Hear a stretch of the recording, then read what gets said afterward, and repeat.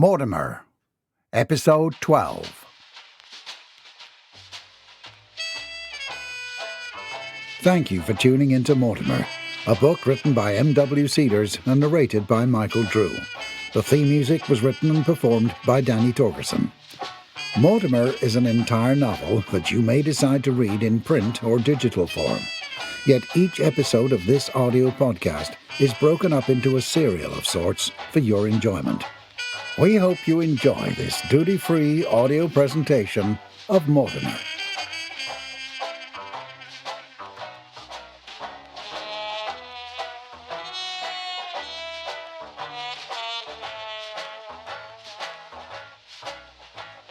Oh boy, this next section is buckets of fun. You just wait and smell.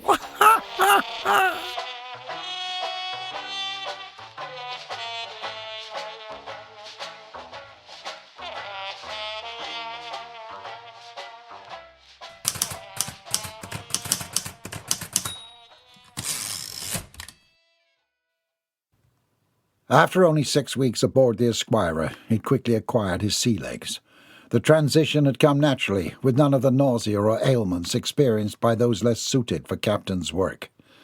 Arms crossed at his chest, Mortimer stood at the helm of his ship and drew in a deep breath of clean, salty air. He surveyed his crew with appreciation as they worked.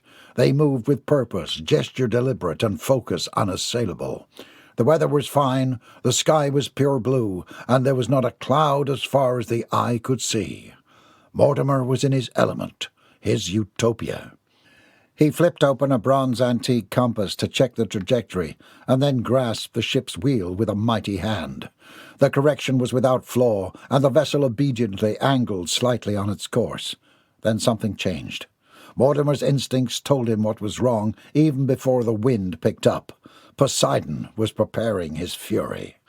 "All hands on deck!" Mortimer cried, stuffing the compass back into his meticulously clean lapel pocket. "To the sails!" The storm materialized quickly out of nowhere. The waves stabbed up in choppy torrents, and the sea foam burst all around. At the sound of a whistle, the water began to rise. The wheel at the helm started spinning, faster and then faster still. "Maudy!" A voice could be heard through the thunder. "It's Captain Mortimer to you!" The deck quaked and jerked. Mortimer's hands flailed as he was blinded by the ever-thickening torrents of rain. The wheel was nowhere to be found. Would her mistress meet her demise today? "Wake up, Maudy!" "No!" "Maudy, Maudy, ain't a shorty, fat and firm like a worm, eats until he's portly," Mortimer moaned. The bed shook violently as his cousin romped gleefully about on the end of the bed, singing the childish song from their youth. Mortimer's nightmares were coming true. "Come on, Maudy, wake up!"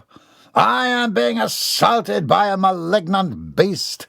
The storm, the sailors, the ship evaporated as consciousness prevailed. "Good morning, boys." Mortimer allowed his right eye to peep open and saw Mrs. Peabody holding a silver tray. "What are we having?" Percy leapt up to peek beneath the silver lids. "That's my breakfast!" Outraged Mortimer shot up in bed. "There's plenty to share. It's so nice to have the family together again. Here you go, Percy." Mortimer glowered as the cook handed a bit of sausage to the scrawny barbarian. "We get to have breakfast together," Percy informed Mortimer with a full mouth of sausage. "To have only been slayed by Poseidon's trident." Mortimer wished he was back in his dream and drowning in the storm. "You two have 15 minutes to finish breakfast, and then you're due in the library." "But I have work to do." "Mrs. Dixon has a series of lessons for the both of you today. I'm sure you will have a delightful time." Before she left, Mrs. Peabody glanced back and saw Percy greedily hawking down sausage after sausage, while Mortimer glowered at his cousin in uncensored disdain. Everything was set up perfectly. Mrs. Dixon put her hands on her hips and surveyed the room with pleasure.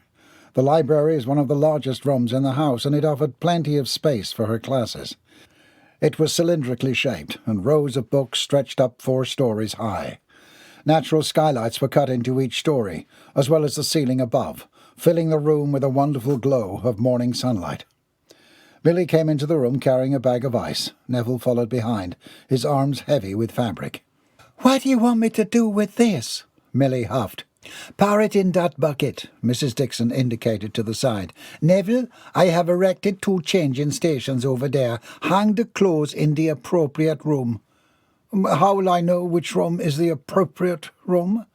"Mortimer's clothes are 10 times larger than Percy's. Put Mortimer's in the one on the right and Percy's in the room on the left. Fine."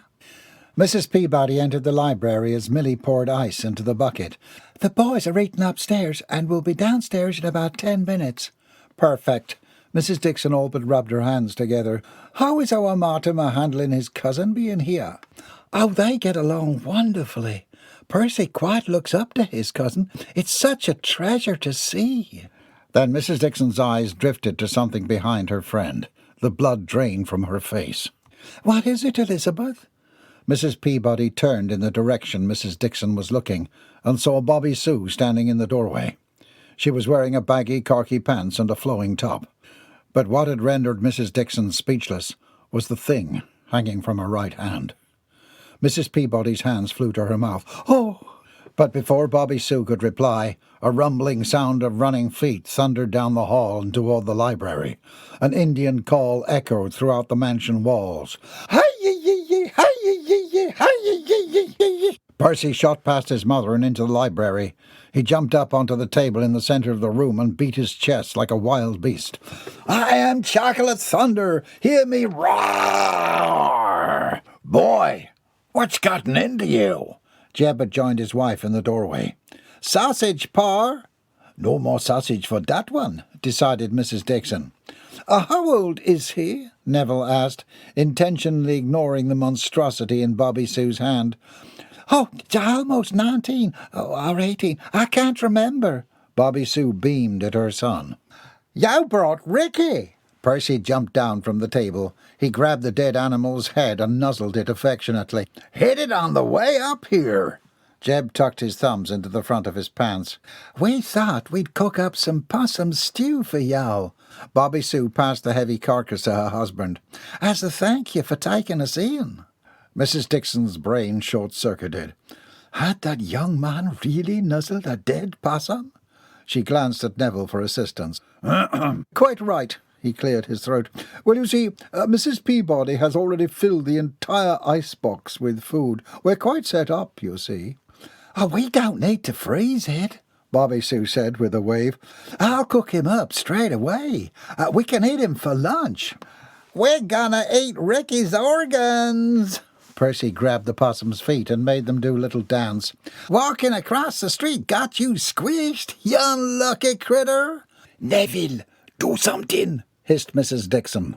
With a sigh, Neville stepped out from behind the women and reluctantly approached the Binkleys. How about we just follow me?" The Binkleys, with Ricky in tow, followed Neville out of the library, leaving Mrs. Peabody and Mrs. Dixon staring after in bafflement. "I'm not cooking something she pulled off the side of the road. You know that, right? You are absolutely not going to cook a dead rodent. Are we the only civilized human beings within these walls? Oh, I'm beginning to wonder." Mrs. Peabody looked fearfully toward the doorway. "Sometimes I really wonder." "How do you do?" Mrs. Dixon demonstrated from her position at the round table. It was typically used for studying and reading. However, today it had been transformed into a tea table fit for royalty, complete with a fussy linen, woven lace topper, heirloom porcelain china, cookies and tea. Mrs. Dixon rather thought that the President himself would feel lucky to have tea at such a table. She was intent on creating a realistic experience. It didn't hurt either that she also felt she deserved a little bit of lavishness. "Now, Percy." She faced the young man whose hair was an unruly mess about his face. She would see to that next. "It's your turn." "I'm a cowboy." Percy leapt up from his chair and launched himself into the air and onto Mortimer's back. "Get this repulsive ogre off me!" Mortimer shot up from his chair and his knees knocked into the table and sent the tea set flying. "Percy, stop it!" Mrs. Dixon dodged the flying debris. "Yee-haw!" Percy waved his arm around like one might when riding a bucking bull. "Neville, do something." "Oh, what do you want me to do?" "I'll stop him." Milly ran to the other end of the room toward the buckets of ice. Immediately identifying the girl's plan, Mrs. Dixon's hand shot out. "Milly, no." "Get off of me this instant, you moronic gutter-snipe!" "Giddy up! Yee-haw! Milly, stop! No!" But Milly was deafened by her mission, and with a hefty thrust she lunged forward, tossing the full bucket of ice water across the room and onto the two screaming pupils. Neville watched with disbelief and uncharacteristic humour as water and ice covered Percy, Mortimer, and the entire stack of books by their side. What do you do that for? "My God!" Mortimer hyperextended violently as cold bits of ice dropped down into the crevices of his wardrobe. The sudden gesture shook Percy off Mortimer's back. He crumpled into a heap as he landed on the floor. "That's so cold. Teach you to act like a moron." "Milly, we do not use the term moron." Mrs. Dixon surveyed the library with disapproval. "No, take those books outside and put them in the sun. I don't want to even think about the hundreds of dollars of damage you have just done." Quite proud of her moment of ingenuity, Milly went quickly to work, gathering the dripping books. "Neville, come over here and help me with this table." "Oh, if I must." Neville reluctantly set his newspaper aside. Several moments later, the table was righted. The few dishes that had survived the fall were back in their places. Soon more tea was brewed, and two sopping wet and sulking pupils sat at the table with Mrs. Dixon. "Now, we start again." Mrs. Dixon picked up her cup and demonstrated. "How do you do?" "Oh, if you do it correctly, you may have a cookie," Mrs. Dixon reminded Percy.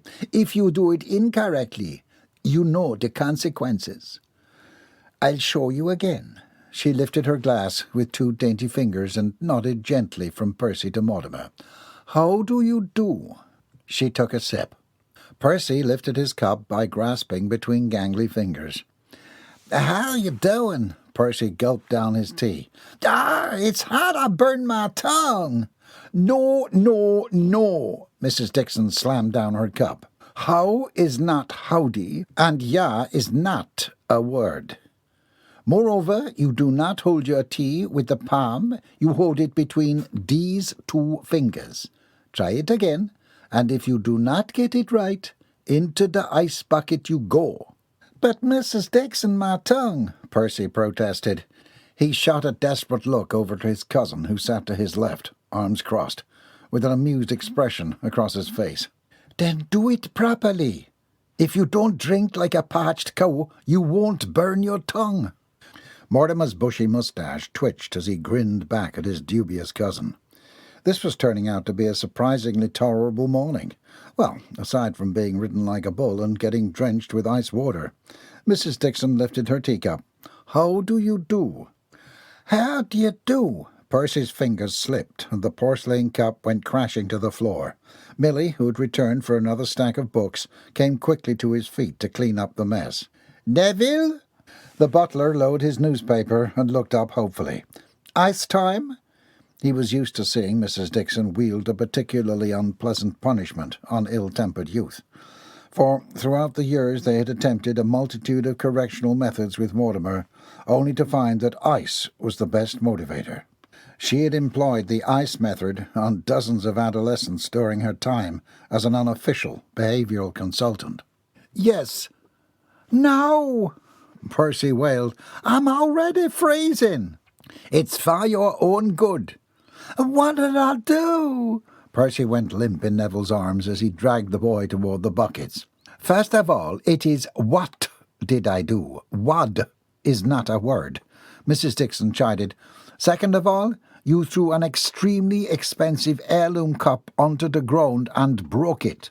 "But Mortimer broke 50 cups earlier." "2, Mortimer corrected. "Into the bucket." Neville propped Percy up next to the bucket of ice. "But I don't want to." "Cowardly peasant!" Mrs. Dixon shot a look to her squire. "You are next." Mortimer shrank back in his seat. 1, 2, Neville was counting. "Stop!" Mrs. Dixon interjected, much to Percy's relief. "I will give you another chance, but if you do not behave, into the bucket you shall go." "Yes, ma'am." Percy dashed back to his seat. "Very good." Mrs. Dixon focused her attention on Mortimer now. "Lift the cup with 2 fingers. Greet the people around you." "How do you do?" Mrs. Dixon demonstrated. "Then put it to your lips and take a respectful sip." Mortimer guffawed condescendingly, then lifted the cup gingerly. It appeared diminutive within his massive grasp. "To her mistress," said he, causing his nanny to raise her eyebrows in surprise. "How do you do?" He took a sip and set the cup down.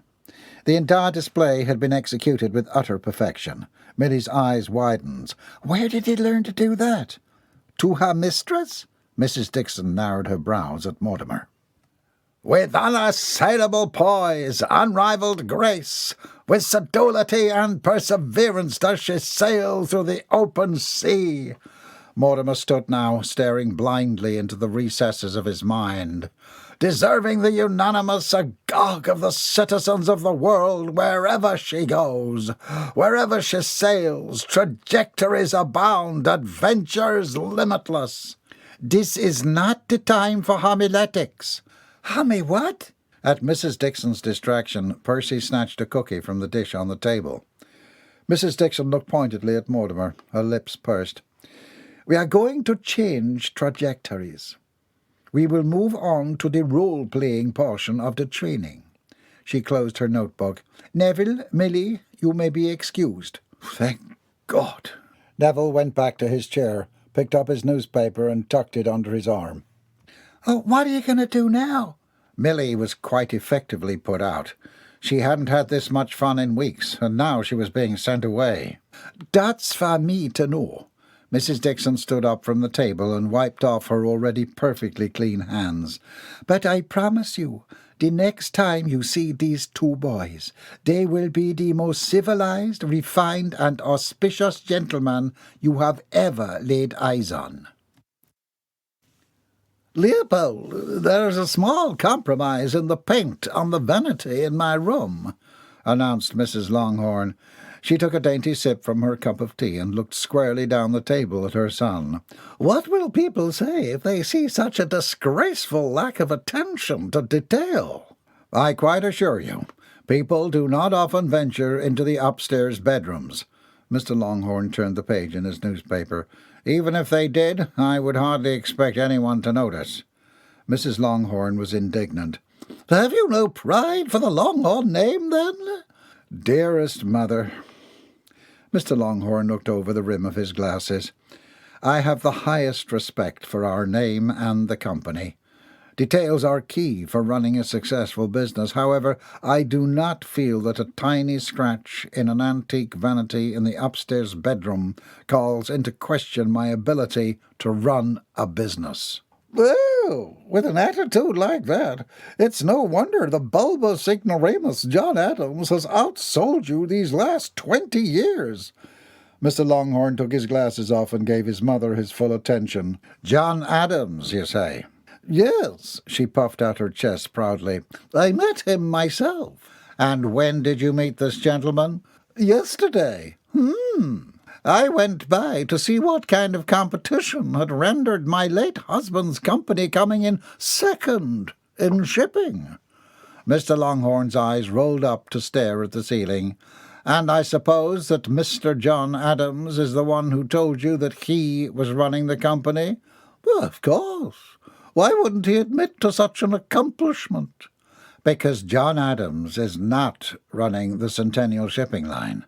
If that idiot was managing that company, then the whole enterprise would have gone bankrupt ages ago." "Then why would he have said that he was in charge? If the management was ironclad, how could he possibly get away with making such a claim?" Her question was not entirely ridiculous. Mr. Longhorn paused to consider. "What else did John Adams say to you?" "Well, he really tried the works." Mrs. Longhorn fluffed her hair. "Said I was quite fetching." "He made a pass at you?" "Well, one can hardly blame him." Her smile was coy. I haven't lost my zip, you know." Mr. Longhorn closed his newspaper forcefully. "Tell me what Mr. Ascariot said to you." Having her son's attention, Mrs. Longhorn focused quite intently on her tea. "I've a mind to go to the theatre. Have you seen the latest play? Mi Amore. It's purported to be the most ghastly romance. Mother, and a nice dinner would quite round out the evening. Maybe a ride through the park?" Mr. Longhorn sighed. "Roslyn will want to come too, so you shall purchase 3 tickets. You want me to join you 2 ladies?" "I'm starting to forget what it was that dear John even said to me." "Fine, 3 tickets, dinner, and a ride through the park," Mr. Longhorn growled. "Is that all?" "Well, not quite. There is one more thing I'd like." Mrs. Longhorn met his gaze. "I'd like to go to the party this evening. I'm sure it's going to be quite the show." "Absolutely not. It's entirely improper." "It's a lovely party for a lovely young man. I hardly see how that can be improper." "It's a coming-out party, so that they can marry Mortimer off to some money-hungry man's daughter. You'll have no part of it. I'm only going myself for the purposes of business." His mother put the back of her hand to her forehead. I must surely see the doctor, darling. Oh, call the surgeon. I'm feeling quite dizzy. What's my name again?" "You are a nefarious old bag." Mrs. Longhorn smiled with satisfaction, knowing that she had won. "What time do we leave?" 3:30 sharp." His mother set her teacup down and rose from the table. But before she could leave, Mr. Longhorn raised his voice. "Aren't you going to tell me what John said to you?" "Oh, that!" She waved her hand dismissively. "It was nothing much, only that his brother had died, which I already knew, and he said Mortimer doesn't give 2 licks about the company, and that John was running everything from New York City." "Mortimer's not running the company?" The wheels in Mr. Longhorn's mind started turning. "No. And have you seen that boy?" Mrs. Longhorn's eyebrows rose. "He about killed me, the maladroit. Molested me on the spot." "Right." Mr. Longhorn was deep in thought and no longer paying attention to his mother. But then she said the very words that had captured his attention. "Funny it is who we run into." She turned and went to the doorway of the dining room. "Makes me wonder how the investors would feel about the rightful owner of the company not participating in any of the proceedings." Then she turned to look over her shoulder at her son. 3:30, you said?" Mr. Longhorn was stunned, realizing that he'd just been thoroughly played by his mother. "Right," he managed. 3:30.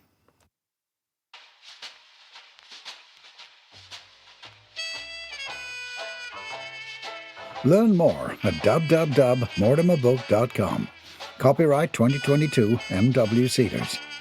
Written by M.W. Cedars, the author's pseudonym, audiobook performance by Michael Drew. Neither this author nor affiliates, comrades, patriots, or associates are engaged in rendering professional or non-professional advice, services, recommendations, or any other suggestions of any kind to the individual reader. This book is purely fiction, and all opinions and all likenesses of characters, industries, cities, or associations with any place or anyone you know are purely coincidental. Thank you for subscribing to Mortimer, a book written by M.W. Cedars and narrated by Michael Drew. The theme music was written and performed by Danny Torgerson. Be sure to download the next episode.